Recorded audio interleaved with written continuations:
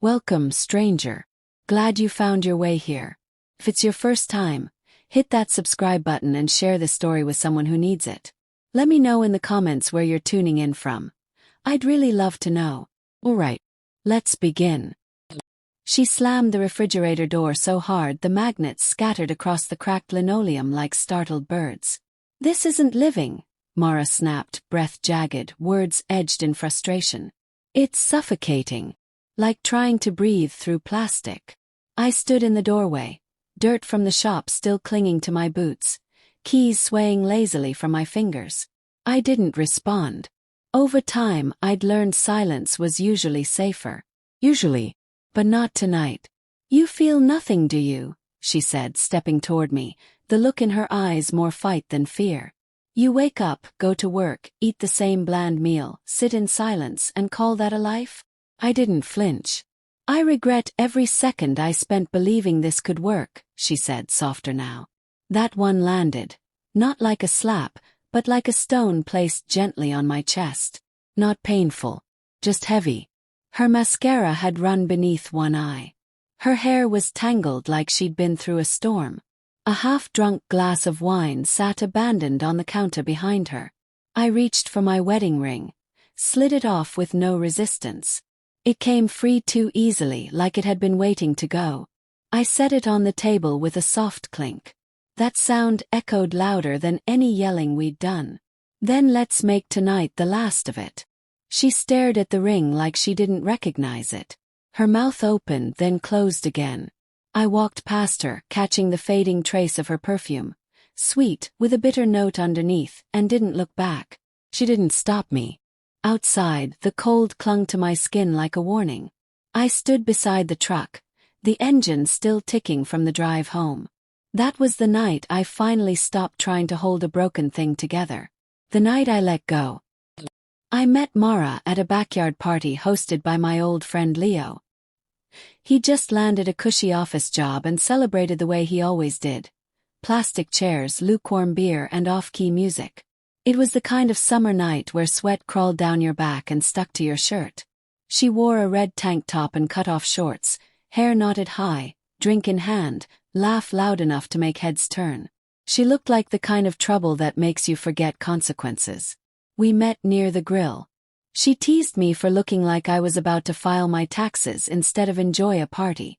I blamed Leo's awful coleslaw. She laughed, an unfiltered belly-deep laugh, and touched my arm like we'd known each other longer than 5 minutes. She told me about her job in brand strategy, her plan to leave this town, how much she missed the energy of the city. I barely said anything. She didn't seem to mind. She liked filling space. A week later we were inseparable. 2 months after that she moved in. In the beginning everything felt electric. She danced barefoot in the kitchen. We painted the living room after arguing about the color for hours.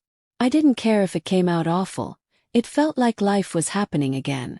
But even then the cracks were forming. One night she looked around my place and said, "Feels like a waiting room in here." "Waiting for what?" I asked. She smiled, kissed me, and didn't answer. I should have listened more closely, not just to her words but to her absences. How she talked about the future like I wasn't part of it.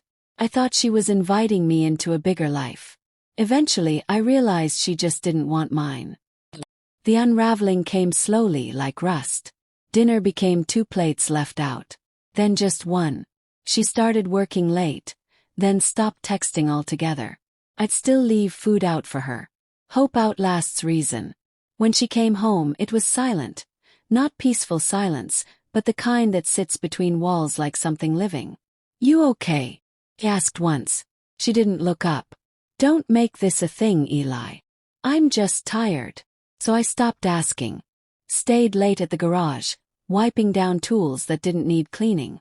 Steel and grease made more sense than the silence at home. "You care more about your routines than anything else," she said over cold noodles one night. "You live like you're trying not to be noticed." I looked up. "I'm just trying to keep things steady." She laughed. Flat, no warmth. "Steady or dead." After that came the sharper words. "This place feels like a motel." You dress like you've given up. Even your truck looks tired. I stopped reacting. Not because I believed her, but because fighting felt like wrestling a ghost. One night she came home late, heels in hand, a perfume I didn't recognize on her. Meeting ran late. Yes. She didn't even blink. Yeah. She walked past me like I was just part of the furniture. 2 days later, Leo's friend Rory stopped by the shop. Said his brakes needed checking. But it wasn't the brakes. He hung around too long. Eyes darting. Sweaty. Then he blurted it. Mara's been spending a lot of time with some guy from work. Just thought you should know. He nodded. Quiet.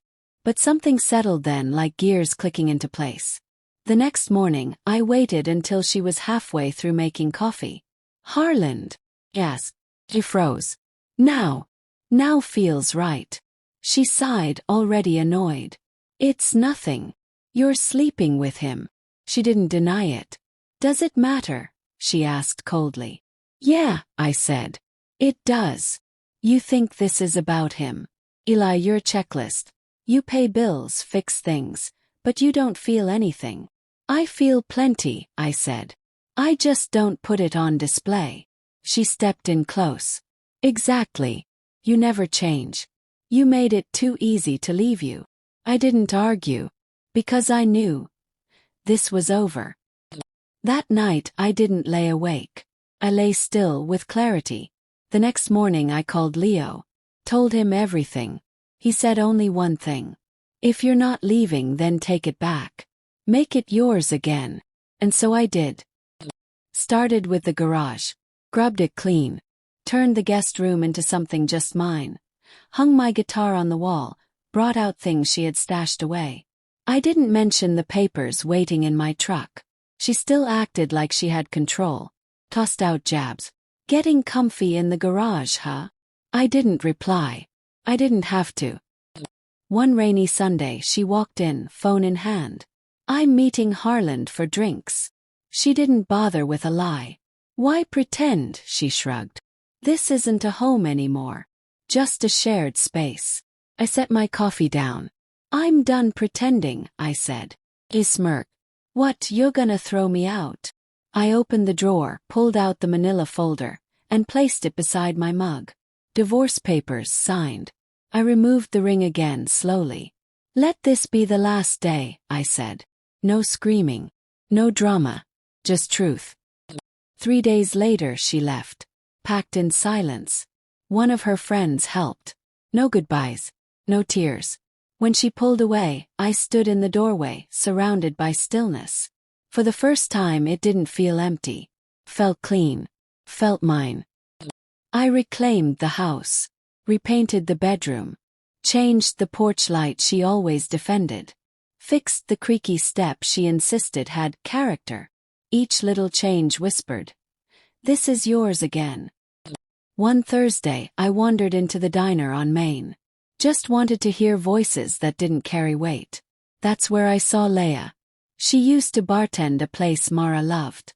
You still take your coffee black, she said, and glare out the window like it's hiding something. Chuckled. Maybe it is. We talked about music, about the weather, about nothing that hurt. I heard about Mara, she said eventually. He nodded. It ended clean. You seem different, she said. Softer. Silence isn't always bad, I said. No, she agreed. Sometimes it means peace. We didn't exchange numbers. Didn't need to. Just shared a quiet smile. On the drive home something felt lighter. The ache I used to carry was gone. I stepped into the house, stood by the window. Behind me, the new porch light hummed warm and gold. And I realized something Mara never understood. I wasn't dull. I wasn't broken. I was steady. I was whole. And for the first time in years, I was free.